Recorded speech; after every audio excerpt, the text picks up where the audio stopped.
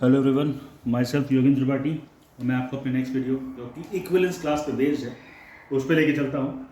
तो इससे पहले वाली वीडियो में हमने इक्विवेलेंस रिलेशन के बारे में बात करी थी, जहाँ पर हम किसी भी रिलेशन को इक्विवेलेंस रिलेशन तभी बोलेंगे जब उसमें सिमेट्रिक पेयर एग्जिस्ट करेगा, रिफ्लेक्सिव पेयर एग्जिस्ट होना चाहिए और साथ साथ ट्रांजिटिव पेयर एग्जिस्ट होना चाहिए। तो उसी से रिलेटेड कुछ इक्विवेलेंस क्लास भी है।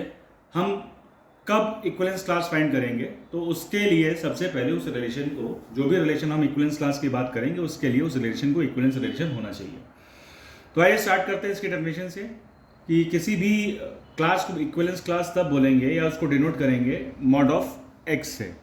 और उसको डिफाइन करें अगर, तो हम कह सकते हैं कि जो मॉड ऑफ एक्स है वो उसमें क्या आएगा, उसमें कौन सी वैल्यू आएगी। तो उसमें हमारी वैल्यू आएगी वाई, और जो वाई क्या होगा उस पर्टिकुलर सेट में बिलोंग करेगा। और साथ ही साथ वो किस पर्टिकुलर दूसरे पेयर से, जो रिलेशन में जो उसकी वैल्यू है वाई की, वो किस दूसरे सेट के वैल्यू से या एलिमेंट से क्या रिलेशन बना रहा है, वो उसके पार्टीशंस में आएगा या इसके इक्विवेलेंस क्लास में आएगा।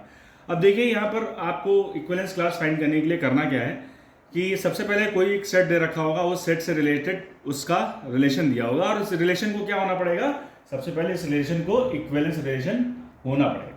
तो आइए चेक करते हैं कि क्या जो सेट हमारा दे रखा है क्या वो हमारा इक्विवेलेंस रिलेशन है कि नहीं है। तो हमारे पास एक सेट दे रखा है वह ए 1 2 3 4 5। तो अब देखिए ये सेट हमारा इक्विवेलेंस है कि नहीं है, तो पहले चेक करते हैं। तो देखिए इस पर्टिकुलर सेट के लिए सारे रिफ्लेक्सिव पेयर एग्जिस्ट कर रहे हैं 5 5 तक। तो ये हमारा क्या हो गया, इक्विवेलेंस में रिफ्लेक्सिव जो पहली प्रॉपर्टी है वो होल्ड होगी। अब आप देखिए क्या सिमेट्रिक पेयर एग्जिस्ट कर रहा है, मतलब ए कॉमा बी है तो बी कॉमा ए भी है क्या। देखिए यहाँ पर 1 2 है तो 2 1 भी है, 4 5 है तो 5 4 भी है। तो जितने भी पेयर दिए हैं सबके लिए एग्जिस्ट कर रहा है। और साथ ही साथ क्या है, ट्रांसिटिव पेयर एग्जिस्ट कर रहा है। तो अगर आप देखिए इस दोनों का आप देखेंगे 1 2 है 2 1 है, तो देखिए 1 1 भी एग्जिस्ट कर रहा है या 2 2 भी एग्जिस्ट कर रहा है। इसी तरह से 4 5 है 5 4 है तो 4 4 भी एग्जिस्ट कर रहा है और 5 4 भी 5 5 भी एग्जिस्ट कर रहा है। तो ये तीनों केसेस में अगर देखें तो तीनों प्रॉपर्टी होल्ड कर रहा है। इसका मतलब ये क्लास हमारा क्या है, इक्विवेलेंस रिलेशन हुआ, और इसके हम इक्विवेलेंस क्लास फाइंड कर सकते हैं। अब इक्विवेलेंस क्लास फाइंड कैसे करते हैं, जैसे मैंने कहा आपसे, इस डेफिनेशन को देखिएगा और उसके बाद इस पर्टिकुलर सोल्यूशन को देखिएगा। जब हमने आपसे कहा कि मॉड ऑफ एक्स से हम इक्विवेलेंस क्लास फाइंड आउट करते हैं, तो मॉड ऑफ एक्स क्या हुआ, वो हुआ कि जितने भी वैल्यू वाई ए में लिखी है, तो ए में देखिए क्या क्या लिखा है, वाई लिखा है, तो एक ये वाई हुआ, एक ये हुआ, एक ये हुआ। तो जितने भी लिखा हुआ सभी को दूसरे के साथ रिलेशन में क्या रिलेशन निकल के आ रहा है वो यहाँ हम देखेंगे। मतलब हमें ऐसी वैल्यू लेकर के आनी है जिसका रिलेशन में किसी दूसरे के साथ क्या रिलेशन निकल के आ रहा है, वो वैल्यू हम मॉड ऑफ वाई में या मॉड ऑफ एक्स में लिखेंगे। तो अब देखिए इस वन के लिए कौन कौन सी इक्विवेलेंस क्लास होगी, या वन का इस रिलेशन में किसके किसके साथ क्या रिलेशन बन के आ रहा है। तो देखिए अब चूंकि हम वन की बात करें तो हमेशा हम रिफ्लेक्सिव पेयर की भी बात करेंगे, क्योंकि इक्विवेलेंस क्लास में रिफ्लेक्सिव पेयर भी आता है। तो वन के साथ खुद से रिलेशन है, यहाँ पे दिया हुआ भी है, तो ये हमने लिखा। प्लस उस वन का और किसके साथ रिलेशन है, इस वन का इस 2 के साथ भी रिलेशन है, तो 1 2 हमने लिख दिया। और देखिए वन का किसी के साथ रिलेशन है, कोई रिलेशन नहीं है, तो हमने इसको 1 2 1 के साथ रिलेट कर रहा है। अब देखिए बात क्या करते हैं 2 की। 2 हमारा किसके साथ, खुद के साथ कोरिलेट करेगा, क्योंकि यहाँ पर रिफ्लेक्सिव पेयर एग्जिस्ट कर रहा है, तो 2 हो गया। प्लस और देखिए कहाँ पर एग्जिस्ट कर रहा है, और हमारा 2 1 के साथ एग्जिस्ट कर रहा है, तो 2 का 1। तो अगर हम बात करें, क्योंकि हमारा ऑर्डर्ड पेयर तो है नहीं, ये हमारा रिलेशन है, या हमारे कह सकते हैं कि एक तरीके से सेट के एलिमेंट्स हैं, तो सेट के एलिमेंट्स के हम ऑर्डर आगे पीछे करके लिख सकते हैं। तो 2 1 को 1 2 भी ले सकते हैं। और आप देखिए जो 2 का 1 से रिलेशन है, वही 1 का 2 से भी रिलेशन होगा, तो उसको भी इसलिए हम इस तरीके से लिख सकते हैं। सिमिलरली बात करते हैं 3 की। तो 3 का इक्विवेलेंस मतलब 3 का इस पर्टिकुलर रिलेशन में किसके किसके साथ क्या संबंध है, क्या रिलेशन है, वो एग्जिस्ट कर रहा है। तो देखिए 3 का से 3 के साथ ही रिलेशन, और किसी के साथ कोई रिलेशन नहीं है, तो ये अकेला मेंबर यहाँ पर आ जाएगा। सिमिलरली 4 का देखें, तो 4 का किसके साथ रिलेशन है, 4 का 4 के साथ इटसेल्फ है, और 5 के साथ उधर दिया हुआ है आपके सामने इस जगह पे, तो 4 का 5 के साथ भी रिलेशन है। अब देखिए 5 का किसके साथ रिलेशन है, तो 5 का 5 के साथ भी है, 5 का 4 के साथ भी है। तो इस तरीके कि हमने 5 का 4 के साथ और 4 का 5 के साथ लिख दिया, और इसको दोबारा रिपीट करके ऐसे लिख सकते हैं।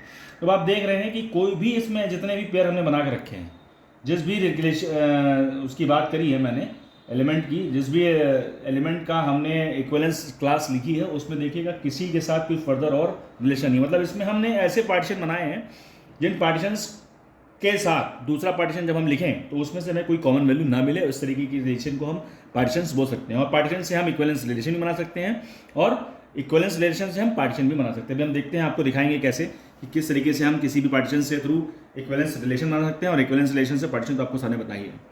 तो आप देखिए कि कैसे ये इसका जो इक्विवेलेंस रिलेशन दे रखा है, इसका कैसा पार्टीशन मैंने 1 क्रिएट किया। तो 1 हमने क्रिएट किया, मतलब जितने भी एलिमेंट्स इस पर्टिकुलर सेट में दिए होंगे उन सभी का पार्टीशन बनेगा, सभी का इक्विवेलेंस क्लास बन सकता है। और बनेगा तो उसमें एलिमेंट कौन कौन से आएंगे, इसमें एलिमेंट वो आ सकते हैं जो कि उस पर्टिकुलर क्लास के साथ कोरिलेट कर रहे हो। तो 1 देखिए, 1 के साथ कोरिलेट करने वाला केवल 1 है और 2 है, उसके अलावा कोई नहीं। तो हमने 1 2 लिख दिया। सीधा देखिए 3, तो 3 देखिए 3 के साथ 3 है और कोई दूसरा एलिमेंट नहीं है, तो सिंगल 3 हो गया।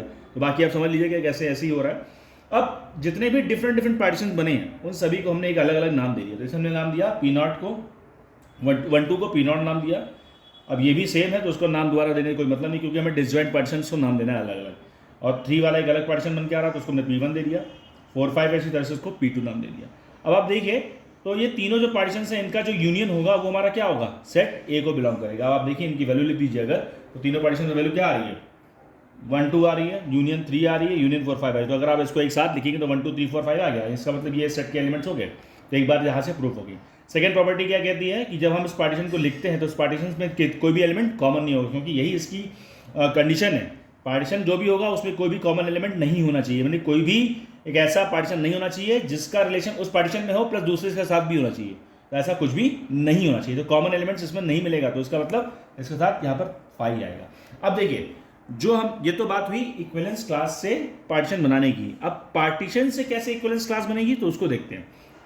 तो हमने यहाँ पर पार्टीशन लिखा है, तो अब देखिए इससे इक्विवेलेंस क्लास कैसे बनाएंगे। तो अब देखिए इसी के साथ अगर आप सेल्फ प्रोडक्ट कर दीजिए 1 2 3 का 3 के साथ, 4 5 का 4 5 के साथ, तो आप देखेंगे इक्विवेलेंस क्लास तैयार हो जाएगी। तो देखिए 1 2 का करेंगे तो क्या आएगा, 1 1 आएगा, यहाँ दिया हुआ है। 1 2 आएगा, वो यहाँ दिया हुआ है, ठीक है।